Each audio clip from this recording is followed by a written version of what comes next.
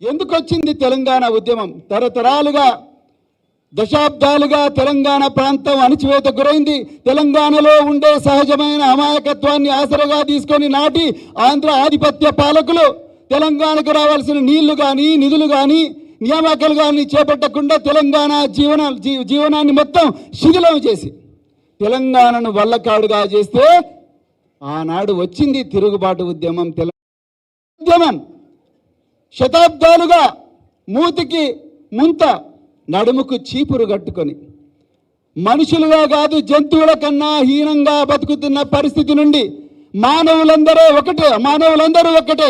All men are born equal, all men are born equal అన్న ఒక నినాదాన్ని బలంగా నమ్మి, ఒక మానవ విలువను బలంగా నమ్మి ఆనాటి నుండి 1984 వరకు ఎంతో మంది మహనీయులు ఈ సామాజిక మార్పు కోసం, సామాజిక న్యాయం కోసం, అందరికీ స్వేచ్ఛ ఉండాలి, అందరికీ సమానత్వం ఉండాలి, అందరికీ సమన్యాయం ఉండాలి, అందరూ సౌభ్రాతృత్వంతో బతకాలనే ఒక రాజ్యాంగ విలువల కోసం జీవితాంతం పోరాడి వచ్చిందే బహుజన వాదం.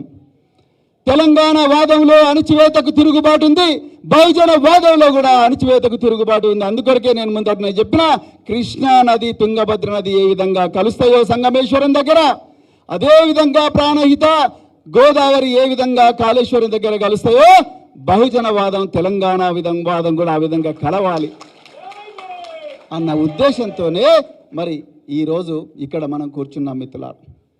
మన జెండాలు వేరు కావచ్చు, కానీ ఎజెండా ఒక్కటే మిత్రులారా, ఎజెండా ఒక్కటే, స్వేచ్ఛ, సమన్యాయం, సౌభ్రాతృత్వం. అందరూ కూడా సమానంగా మరి అభివృద్ధి చెందాలన్న ఒక గొప్ప తాత్విక నినాదంతోనే ఈరోజు మనమందరం కూడా ఇక్కడ కూర్చున్నాం. మరి ఆనాడు మీ అందరి అభిలాష మేరకు మనం ఎంతో పోరాటం చేస్తున్నాం, కానీ మనం చట్టసభల్లో కూర్చోలేకపోతున్నాం అన్న ఒక భావనతోని బెంజీ మాయావతి గారి అనుమతితోని, పెద్దలు కేసీఆర్ గారి అనుమతితోని మరి ఆ రోజు బల్క సుమన్ గారు మరి చాలా కృషి చేసిన దాని గురించి అనుమతితోని ఒక చారిత్రాత్మకమైన పొత్తు తెలంగాణలో మరి తీసుకురావడం జరిగింది. కొన్ని అనివార్య కారణాల వల్ల పొత్తు మరి విఫలమైన మరి నేను ఒక స్వేరోగా నేను కేసీఆర్ గారికి ఇచ్చిన మాటను తప్పకుండా సార్, మాకు ఎంత ఇబ్బందులైనా కూడా బీజేపీ ఎన్ని కుట్రలు చేసినా, కాంగ్రెస్ ఎన్ని కుట్రలు చేసినా, నేను మాత్రం మీరు ఏ విధంగా అయితే తెలంగాణ కోసం పోరాడినరో ఆ విధంగా నేను కూడా మీతో పాటు వచ్చి నేను కూడా మళ్ళొక కొత్త తెలంగాణకు పునాది వేసే యజ్ఞంలో నేను కూడా భాగస్వామిని అవుతాను అన్నప్పుడు వారు చాలా సంతోషంగా మరి నన్ను ఆహ్వానించడం జరిగింది. మిత్రులారా, ఈరోజు మన ముందు చాలా గొప్ప ఛాలెంజ్ ఉన్నది. దయచేసి గుర్తుపెట్టుకోండి, రాజ్యాంగం రద్దు కాబోతున్నది. బాబాసాహెబ్ అంబేద్కర్ గారు, మహాత్మా జ్యోతిరావు పూలే గారు, మరెందరో మహనీయులు ఈ దేశం, ముఖ్యంగా బాబాసాహెబ్ అంబేద్కర్ గారు ఎంతో కష్టమించి తయారు చేసిన రాజ్యాంగం ఈసారి బీజేపీ అధికారంలోకి వస్తే రాజ్యాంగం రద్దు కాబోతున్నది. రాజ్యాంగం రద్దు అయితే మనకు రాజ్యాంగం ఇచ్చిన స్వేచ్ఛ, సమానత్వం, సౌభ్రాతృత్వం మొత్తం కూడా మంట కలిసిపోయే ప్రమాదం ఉన్నది. రిజర్వేషన్లు ఉండవు, ఉద్యోగాలు రావు, మళ్ళీ చీకటి రోజులు, మూతికి ముద్ద నడుముకు చీపురు కట్టుకొని మళ్ళీ వంగి పశువుల కన్నా ఘోరంగా బతికే పరిస్థితులు వస్తాయి. అందుకొరకే మనం గ్రామీణ ప్రాంతాల్లో మరి కఠోరమైన సైనికులుగా మారి, భారత రాష్ట్ర సమితి సైనికులుగా మారి ఎక్కడంటే అక్కడ, ఎక్కడ వీలైతే అక్కడ పోయి మన రాజ్యాంగం ప్రమాదంలో ఉన్నది, మన రాష్ట్రం పోరాడి తెచ్చుకున్న తెలంగాణ రాష్ట్రం ప్రమాదంలో పడ్డది. బడేబాయ్ నరేంద్ర మోడీ గారు, చోటేబాయ్ రేవంత్ రెడ్డి గారు వీళ్ళిద్దరు కూడా ఒకటే తానులో ముక్కలే. అందుకొరకే వీళ్ళిద్దరి నుండి కూడా తెలంగాణ తల్లిని మళ్ళీ కాపాడవలసిన చారిత్రాత్మక బాధ్యత మన మీద ఉన్నదని ప్రతి ఒక్క కార్యకర్త కూడా ఒక సిపాయిలాగా మారి గ్రామీణ ప్రాంతాల్లో చెప్పాల్సిన అవసరం ఉన్నది. మిత్రులారా, ఆనాడు కాన్షీరామ్ గారు ఏమన్నారు? మనం ఆయుధాలు పట్టాల్సిన అవసరం లేదు. ఒక సామాజిక మార్పు కోసం ఆయుధాలు పట్టాల్సిన అవసరం లేదు. బాబాసాహెబ్ అంబేద్కర్ గారు తన రాజ్యాంగం ద్వారా మనకు ఓటు హక్కు అనే ఆయుధం ఇచ్చిండు మిత్రులారా. ఒక్కసారి గుర్తుపెట్టుకోండి, ఓటు హక్కు అనే ఆయుధం ఇచ్చి ఆ ఓటు హక్కు ద్వారానే మన జీవితాలు మార్చుకోమన్నారు. ఈరోజు మనందరి ముందు కూడా ఒక చక్కటి ఎగ్జాంపుల్ ఉన్నది. మలిదశ తెలంగాణ ఉద్యమంలో పెద్దలు గౌరవనీయులు కేసీఆర్ గారు ఎక్కడ కూడా హింసను ప్రేరేపించలేదు. మీరు కావాలంటే చూడండి. మొదటి దశ తెలంగాణ ఉద్యమంలో 369 మంది రకరకాల హింసాత్మక సంఘటనలు చనిపోతే ఇక్కడ కేసీఆర్ గారు ఏం చేసిండ్రు, మనం ఎలక్షన్లనే పోరాట రూపంగా వాడుకొని, ఓట్లనే ఆయుధాలుగా వాడుకొని తెలంగాణ తెచ్చుకుందాం అన్నాడు. అందుకొరకే తెలంగాణ శాంతియుతంగా వచ్చింది. మిత్రులారా, ఒక్కసారి ఆలోచించండి. అంటే ఆనాడు కాన్షీరామ్ గారు బహుజన రాజ్యాన్ని ఓట్ల ద్వారా ఉత్తరప్రదేశ్లో తీసుకొచ్చే ప్రయత్నం చేసి సఫలమైతే, ఇక్కడ కేసీఆర్ గారు అదే రాజ్యాంగ ప్రక్రియనే ఆయుధంగా వాడి తెలంగాణ కళను సాకారం చేసిండ్రు. రాబోయే పార్లమెంట్ ఎన్నికల్లో కూడా మళ్ళీ మనకు ఆ ఓటు అనే ఆయుధాన్ని వాడే అవకాశం వస్తుంది. ఈ దేశాన్ని బీజేపీ నుండి విముక్తి చేయడం కోసం, ఈ రాష్ట్రాన్ని కాంగ్రెస్ నుండి విముక్తి చేయడం కోసం మళ్ళీ ఈ ఓటును మనం చక్కగా వాడుకొని తప్పకుండా మన అంటే మనం ఏ రాజ్యాన్ని అయితే అమాయకత్వంతో కోల్పోయినామో ఒక 4 నెలల క్రితం, ఆ గొప్ప రాజ్యాన్ని మనం తెచ్చుకోవాల్సిన అవసరం ఉన్నది అనేది నేను మీ అందరికి కూడా మళ్ళొకసారి చెప్తా ఉన్నా మిత్రులారా. అందుకొరకే దయచేసి ఈ రోజు నుంచి మీరు ఎక్కడ పోయినా కూడా మన రాష్ట్రానికి, మన దేశానికి ప్రమాదం ఉన్నది.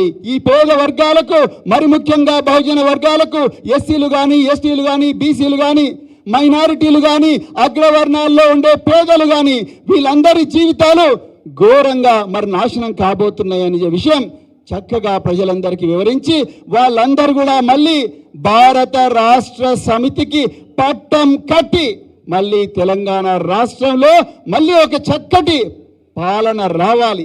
ఒక దూరదృష్టితో ఒక గొప్ప పునాది పడే పాలన రావాలి. మన బిడ్డల భవిష్యత్తులు మారాలి, రైతన్నల భవిష్యత్తులు మారాలి, రైతు కూలీల భవిష్యత్తులు మారాలి, పారిశుద్ధ్య కార్మికుల భవిష్యత్తులు మారాలి, ఆటో డ్రైవర్ల భవిష్యత్తు మారాలి, అందరి భవిష్యత్తు కూడా మారాలన్న మరి గొప్ప కళతోని మనం అందరం కూడా పనిచేయాల్సిన అవసరం ఉన్నది మిత్రులారా.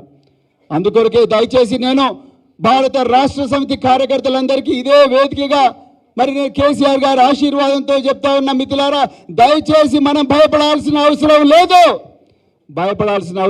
ఎవ్వరికీ భయపడాల్సిన అవసరం లేదు. దిక్కు మొక్కు లేని జనం, ఒక్కొక్కరు ఒక అగ్నికణం, ఒంటరిగా లేమ మనం, కోట్ల సేన మనం మిత్రులారా. ఇక్కడ వేదిక మీద ఉన్న చాలా మంది నాయకులు, బాల్క సుమన్ గారితో సహా వీళ్ళందరూ కూడా మరి ఇలాంటి ఎత్తు పల్లాలని ఎన్నిటినో చూసిండ్రు మిత్రులారా. ఇది చాలా చిన్నది మనం చూస్తున్న ఛాలెంజ్. అందుకొరకు భారత రాష్ట్ర సమితి కార్యకర్తలందరికీ కూడా నేను మళ్ళొకసారి చెప్తున్నా, మీరు ఎక్కడ ఉన్నా ఒక కొదమ సింహంలాగా గర్జించి మళ్ళీ భారత రాష్ట్ర సమితిని అధికారంలోకి తీసుకురావాల్సిన అవసరం ఉన్నదని కూడా ఈ సందర్భంగా మీ అందరికీ కూడా మనవి చేస్తున్న మిత్రులారా. దయచేసి గుర్తుపెట్టుకోండి, చరిత్రను మళ్ళీ పునర్లిఖించే చరిత్రాత్మకమైన అవకాశం ఈసారి ఈ పార్లమెంటు ఎన్నికలు మనకి ఇవ్వబోతున్నాయి. అందుకొరకే దయచేసి మీరందరూ కూడా గ్రామాన సైనికులై, ప్రతి ఒక్కరు కూడా గ్రామంలో బూత్ కమిటీలు వేసుకుంటూ, ప్రతి ఒక్కరు కూడా ప్రతి 100 ఓటర్ల దగ్గరికి పోయి మనం ఏం కోల్పోయినాం, కాంగ్రెస్ ఏం మాయమాటలు చెప్పింది, బీజేపీ ఏ విధంగా కుట్రలు చేయబోతున్నది, బీజేపీ ఏ విధంగా మత్తులో యువతను ముంచి అసలైన సంపదనంతా కూడా కొంతమంది చేతిలోనే పెట్టుకోబోతున్నది. ఈ మనం కష్టపడి సంపాదించుకున్న సంపద అంతా కూడా రేపు కేవలం 1-2 వ్యక్తుల చేతిలోకే పోబోతున్నది. ఆ విషయాన్ని పూసగుచ్చినట్టుగా వివరించి మనం మళ్ళీ మన రాజ్యం తెచ్చుకోవాల్సిన అవసరం ఉన్నది. భారత రాష్ట్ర సమితి కార్యకర్తలందరికీ కూడా మరి కార్యకర్తలందరికీ ధైర్యం నింపి మన అభ్యర్థులందరినీ కూడా భారీ మెజారిటీతో గెలిపించాల్సిన అవసరం ఉన్నది మిత్రులారా.